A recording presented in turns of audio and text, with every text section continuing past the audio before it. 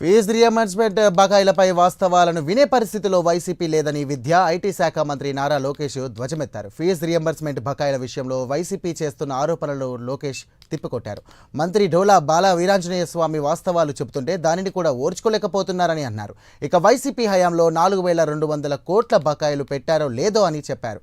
ఇక మంత్రి లోకేష్ ప్రభుత్వం వచ్చి 10 నెలలే అవుతుందని రియంబర్స్మెంట్ బకాయిలను ఖచ్చితంగా చెల్లిస్తామని అన్నారు.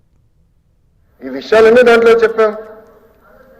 మళ్ళీ ఆ రోజు ఎందుకు బైకాట్ చేశారండి? మీరు ఎందుకు బైకాట్ చేశారు స్వామి? ఉండండి, విద్యా వ్యవస్థ మీద చర్చిద్దామని దాంట్లో స్పష్టంగా ఫీ రీఎంబర్స్మెంట్ పైన చాలా క్లారిటీ ఇచ్చింది ప్రభుత్వం.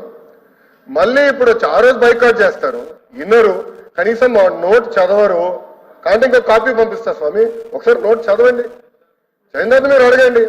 మంత్రి గారు వాస్తవాలు చెప్తుంటే దాన్ని కూడా మీరు ఓర్చుకోలేకపోతే కరెక్ట్ కాదా? 4,200 కోట్లు మీరు బకాయిలు పెట్టారు, అవునా కాదా చెప్పండి.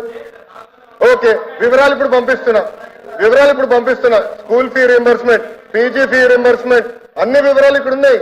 4,200 కోట్ల బకాయిలు పెట్టారు మీరు. 4,200 కోట్ల బకాయిలు పెట్టారు. నంబర్ 1. నంబర్ 2 2019లో ఆనాటి ప్రభుత్వం ఏదైతే బకాయిలు పెట్టారో మీరు ఎప్పుడు చెల్లించారని 16 నెలల తర్వాత చెల్లించారు. 16 నెలలు వినండి, 16 నెలలు. ప్రభుత్వం వచ్చి 10 నెలలు అయింది. చెల్లిస్తాను నేను చెప్పా, హౌస్ సాక్షిగా నేను హామీ ఇచ్చా. చర్చలు మీరు లేకపోతే ఏం చేయాలి స్వామి? మీరు బైకాట్ చేస్తూ పోతే మమ్మల్ని ఏం చేయమంటారు?